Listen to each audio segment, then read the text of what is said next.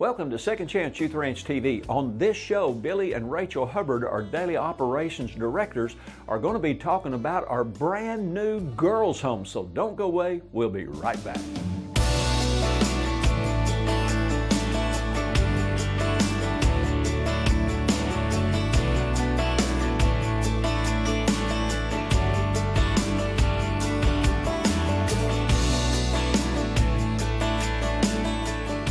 Welcome to Second Chance Youth Ranch TV. I'm your host, Perry Black, and on this program, again, we've got two guests. Are y'all special guests or just ordinary, regular? We're just special. Billy Hubbard and your beautiful wife, if I may say so, Rachel Hubbard, who I've known since she was a teenager, or in my youth ministry. I was the pastor, but it was still my youth ministry because I used to come over all the time and speak to y'all. You did. Well, that's because I needed a daily operations director. By the Holy Spirit, I knew I needed you in the future. How old were you back then? 12, 13 12, years old? Yeah. And you, Jennifer Latin, there were a whole bunch of y'all. And I'd come over every Wednesday night that I could and speak to y'all about the Lord. Something must have happened. Rachel, you were originally a Brisbane. Right. So anybody in Saline County might know your relatives. Wasn't there a florist? Yeah, it's my grandmother, Mrs. Brisbane, owned a flower shop in Benton, and so kind of old school Saline County folks probably know her. Are you related to Libby Bailey? She's my aunt. And when I was office manager at a church in West Little Rock called Agape Church, when I moved out of office management because I was helping Kathy, our production person here on this show, with kids like you, because I'm a little old baby bear, and I was doing our Nightlight TV show. And speaking in schools, speaking in the Bible school, I just couldn't do everything. So Libby Bailey came in to take over the office management position. So those little dots are all orchestrated by the Holy Spirit. Isn't that cool? It's so neat how he does that. And who would have thunk for a moment, that's great grammar. We have kids on the set, so I shouldn't do that. But so I ain't going to do it anymore. Thank you. But as a school teacher, former commercial real estate, but who would have thought when I was speaking on Wednesday nights at Family Church in Bryant, you being present, that you would be the daily operations director and would need to marry a guy named Billy who would come alongside. And look where we are now. Isn't that awesome? We would have never predicted that this would be our journey. It's just so cool what God does. And God loved you so much, He gave you Billy. Best gift ever. Best ever. And for anybody that hasn't seen y'all on the show before or know really what you do, how many kids do y'all have? We have two biological children, 13-year-old boy named Bronley and 8-year-old daughter named Brooklyn. And if we can get a hardship, we'll be able to put him on payroll when he's 15. Is that right? They're changing legislation now. Yeah, that if you're under 16, you can get a job. We saw that yesterday. Saw that on the news. They're trying to go through legislation. And I've been saying for years, Bronley, as soon as you get old enough, I'm going to put you on staff. Because he and his sister, they have grown up at Second Chance Youth Ranch. They have, yeah. I mean, I've done speaking engagements with a baby strapped across my chest, and Bronley and Brooklyn have just been, we minister together as a family. Yeah. You know, they interact with the kids and bless them and pray with them, and I don't know, it's just been a cool thing to see how foster care has affected our kids. Now, on this show, we are going to eventually get around to talking about our new girls' home. Yeah. But tell me, what's it like raising a family at Second Chance Youth Ranch? You guys were married 6 months. You became foster parents. We were gracious enough to share with y'all who did not even have children, 7 teenage girls, to prep you for these teenage years. Yeah. And here you are now. So what's it like, and what's it been like for your children to have foster children in your home? I think it's been great. You know, the kids have really embraced what we do. They're really therapeutic in themselves. Yeah. They really see, you know, they've had a lot of friends come and go, trying to work through that a little bit too, but they really are, they'll see someone having a trauma situation to where they just had a visit with mom or dad, and you know, they see the car driving off and they want mommy and they're crying, I want mommy.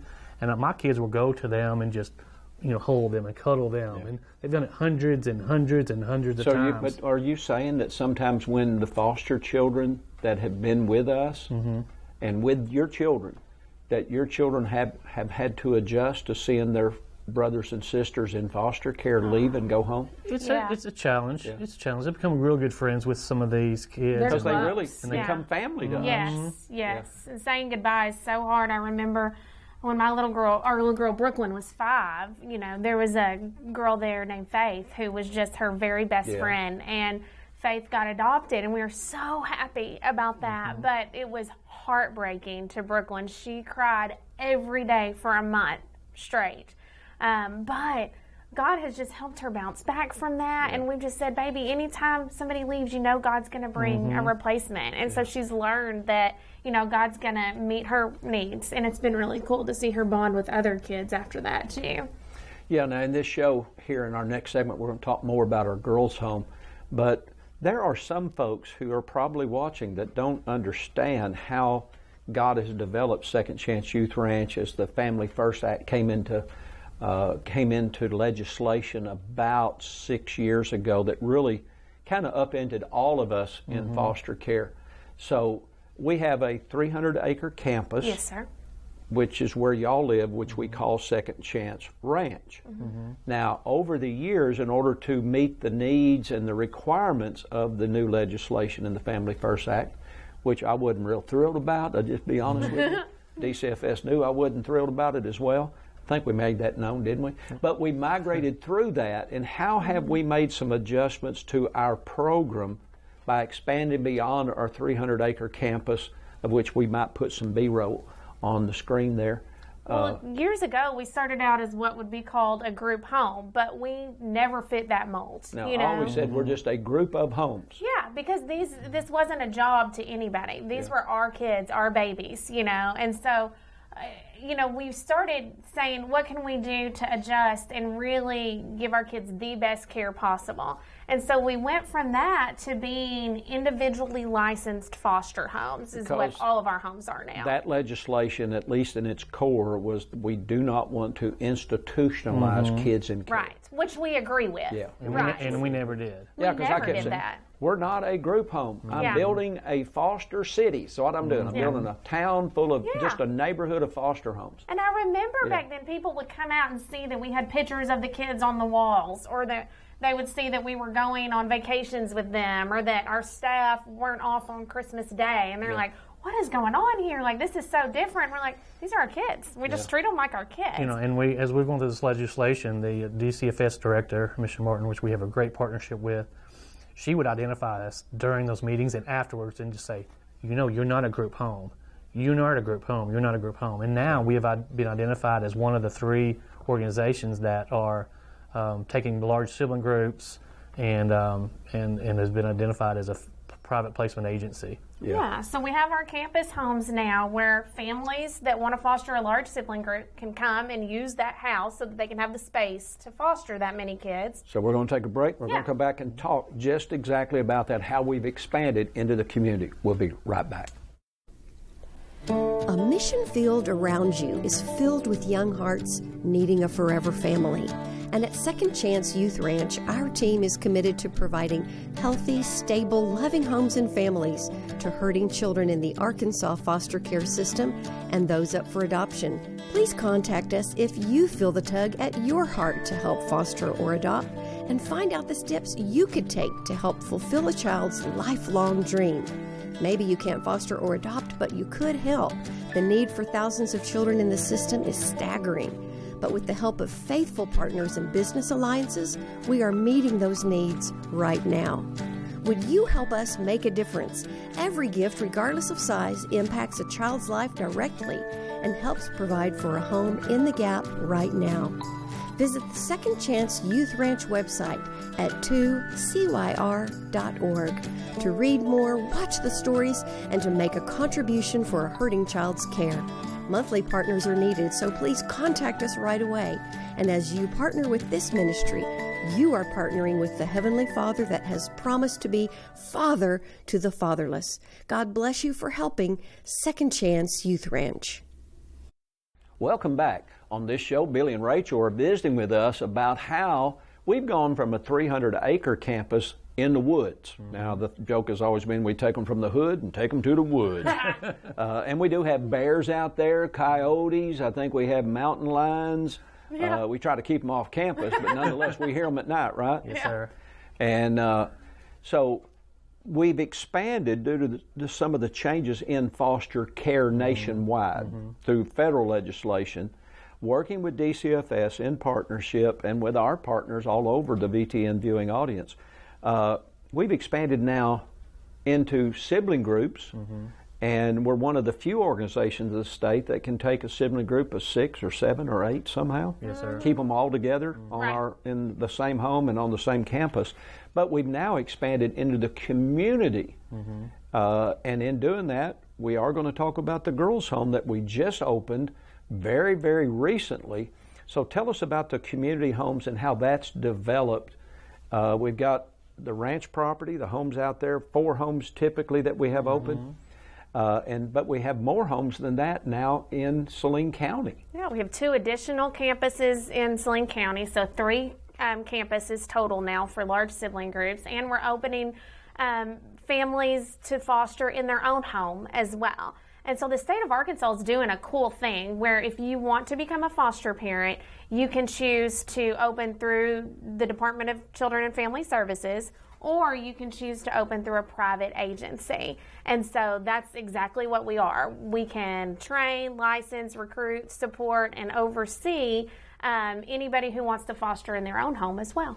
So when someone catches us on television and they say, hey, I'm just always kind of had in my heart an interest in fostering.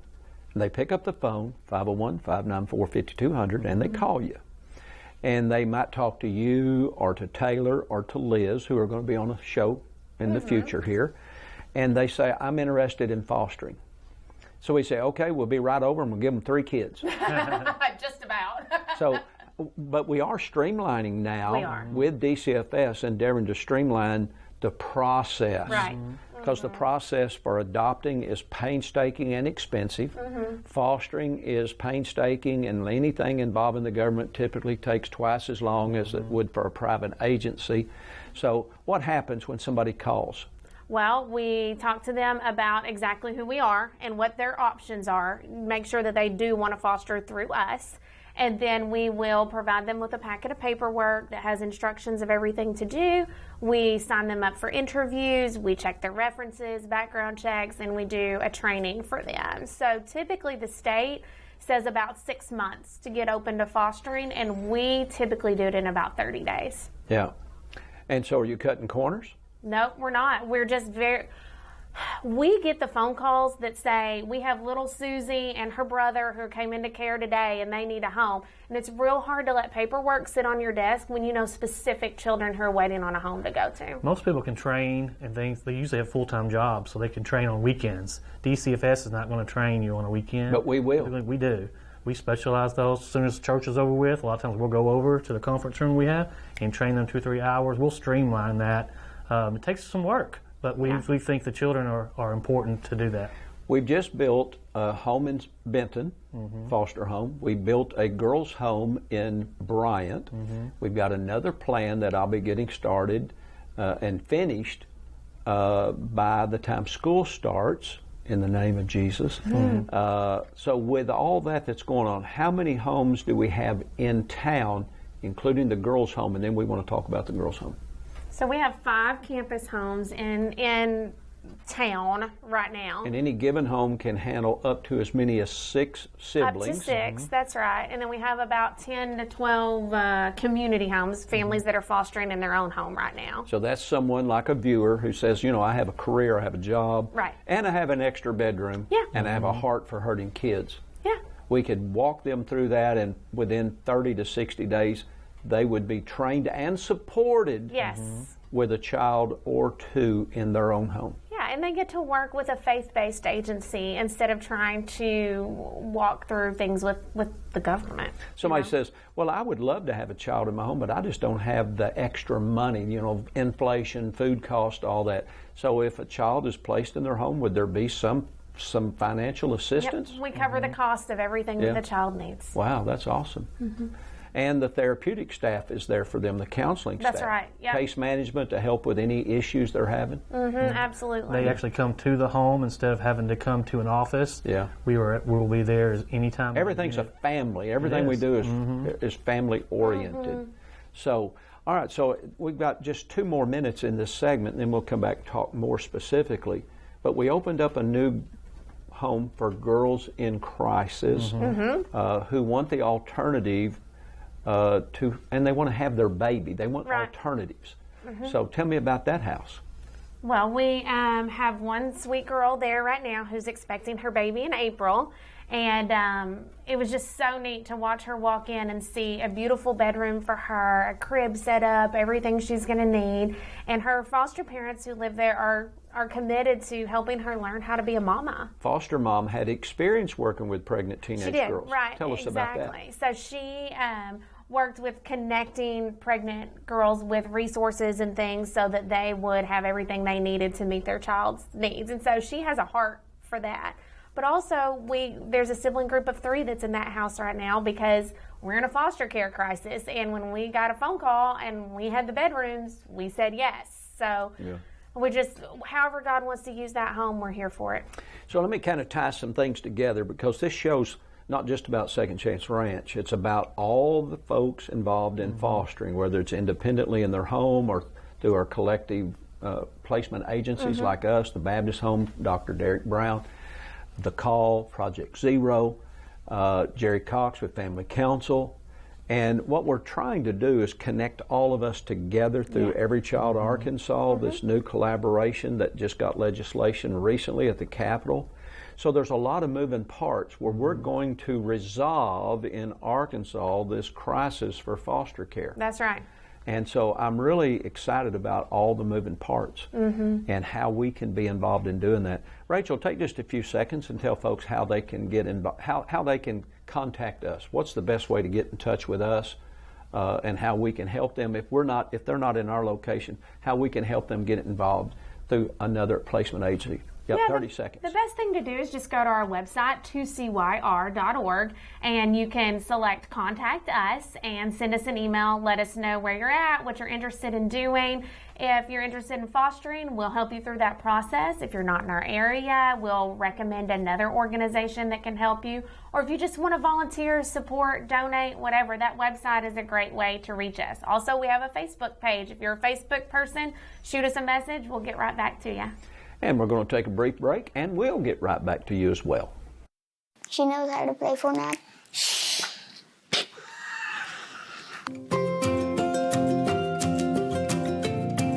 I'm Grayson, and I'm 7.5, and birthday is June 10th. Her name is Peyton, and she's 2.5. Birthday is August the 1st, I think. I like to ride bikes and play video games sometimes. She likes to play outside and play tag. She always laughs sometimes whenever somebody's chasing her.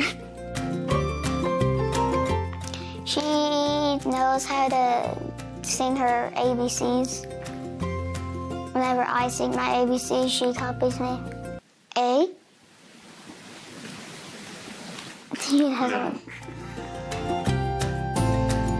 Whenever I grow up, I want to be a YouTuber just to tell people like and subscribe. Subscribe, everybody. Subscribe and like. Subscribe and like, everybody.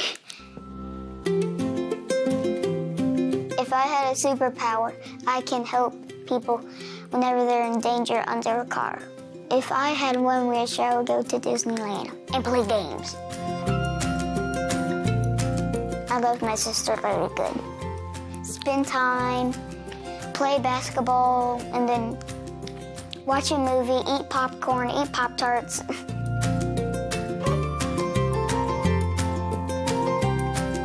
A, B, C, D, E, F, G, H, I, J, K, L, M, N, O, P, Q, R, S, T, U, V, W, X, Y, and Z.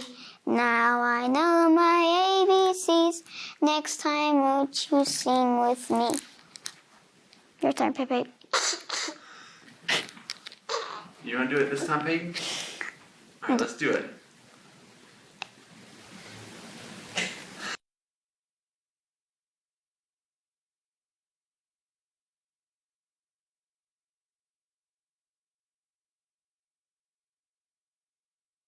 Hey, welcome back. I know that when you tune into this show that you're there on purpose. This airs at 11 o'clock at night, so anybody that's watching this, and it happens to be number one in its time slot for Christian viewers, that you're watching this on purpose. Mm-hmm. And I want to encourage our viewers, don't just watch and admire what some in foster care is doing. Get involved. Help us. Help us. Over 4,100 children in foster care in the state of Arkansas. We need at least 200 foster homes in addition to what we currently have. We need to maintain the foster homes that we have. Mm-hmm. Yeah. And what is our goal? How many homes are we going to open this year as a placement agency? What's our goal? Our goal for organically within ourselves will be open up 23 homes. 23 in 23. And we've committed with Arkansas, Every Child Arkansas, that we'll do an additional 50 if inquiries come through for the pipeline of their strategic marketing. So 75. And we're training staff as quickly as we can with the anticipation of growth. Right. You know, I call y'all all the time. So you want to use this person for what? Do we need them right now? And the answer is yes. We're not trying to manage. We're trying to not only manage, improve, and grow. We reserve the right to get better, and to increase our capacity for more children, both on our campus care and in our community homes. Yeah, three of us don't need any more work. We've got plenty of work. I got plenty. But we want to help as many people as possible. Yeah. So three of us really want to grow and not just stay in one spot to where just happen. You know, we're just comfortable with our little wee areas. We want to expand and grow and have a bigger influence. And through our collaboration through Every Child Arkansas, working with all the agencies involved, private placement agencies, we can do more when no one cares who gets the credit. That's right. Exactly right. That's right. Well, the New Beginnings Pregnancy Crisis Center, I don't think they use that phrase anymore. They just celebrated their 20th year. Saw that. We support that ministry. And for those who may be watching, there's some who criticize, oftentimes because they don't know what they're talking about, but they criticize that we as people of faith, we only care about saving the baby. But the Pregnancy Crisis Center deals with saving the baby. Then the placement agencies that are all over the state work together to provide a safe haven, which is our new girls' home. Derek Brown with the Baptist home, they have allocation spaces for pregnant teenage girls as well. So we care way beyond just saving a baby. That's right. Absolutely. We want to see them grow, become full, productive American citizens, dependent on the Lord, and productive in their lives, raising a new generation. That's right. So, working with Jerry Cox and Sharice Dean, they're coalescing all the pregnancy crisis centers around the state. Okay. Here at Family Church in Bryant, last year in 2022, we provided the meal and the venue where they could get all the directors from the crisis pregnancy centers together. When we were at the Capitol just a few weeks ago with this Every Child Arkansas legislation, I said to Sharice and Jerry Cox, hey, let's do that again. So here in 2023, we're going to have another gathering. So we want to connect the crisis centers, the girls' homes, the foster homes, and resolve the crisis of foster care in Arkansas. Absolutely. How are we going to do that, Rachel? Well, we're going to stop having all these little organizations doing a little thing here and a little thing there, and we're going to say, let's come together and become this powerful force of change. Learn from each other. Absolutely. Yeah. And if one organization's good at one thing and another's good at another thing, let's put those things together and make this happen. Pastor, we get 5 to 10 requests every single day for different children to place in our homes. And we have to say no over and over and over again. And I'm so tired of that. Yeah. We want to say yes. We want to welcome these kids. And so we're going to have to figure out a way to open more foster homes. And we can only do that if we all work together. One way is to do what we've been doing for the past several years, keep building new homes. Right. Buy new homes. Some people say, well, why would you build them whenever you could go out and buy one? Well, as a contractor, I can build for wholesale because I don't charge any cost for my services. Plus, that brand new home, it's already got a new roof. It's already got a new air conditioner. The heat unit's brand new. And we can build it with the idea that we're putting children in there, so we'll put it on a concrete slab and stain the floors. And so we build it with a purpose. Right. And at my age, I want that house to be there when I'm long gone. Yes. And that's one fulfilling thing about being a contractor. You can build a house and 40 years later drive by and say, I built that.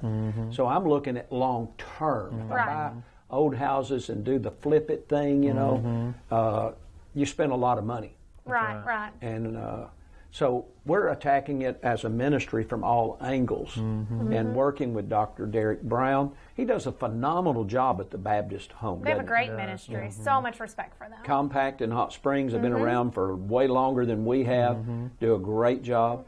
And so we want to connect with all of these different homes. The children's home up in Paragould.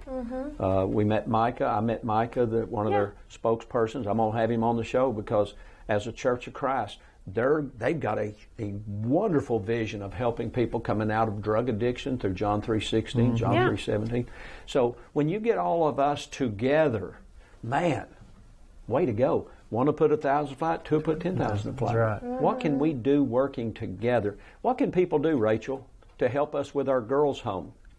So, oh my goodness, we can donate, we can volunteer, we can support the foster family there by dropping off a meal or by dropping off baby items, that sort of thing. But you know, it'd be great for everybody to just go to everychildarkansas.org and see the collaboration that's happening in our state right now.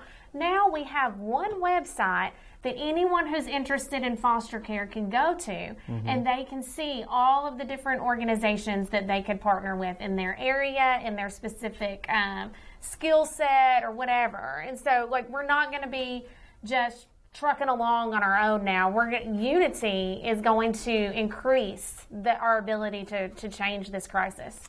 So what can a person like our viewers do? Do you mow a yard, run a weed eater? Right. Come do that for one of our homes right here in the city of Bryan or the city of Benton. Anything that makes parenting easier is what we need. Teach them crochet, cross stitch, painting, art. Come and read a book. We've got little bitty children. We don't just have teenagers. So with our campus in town, the campus out at the ranch itself, there's so many opportunities that people can get involved. Yes, babysitting. Babysitting. Just give our parents a chance to go see the Jesus Revolution movie, which you ought to go see. We want to encourage you to contact Billy and Rachel, and they will help you with all the most frequently asked questions. We look forward to seeing you again right here at Second Chance Youth Ranch TV. So God bless you. Contact us and get involved. Bye-bye.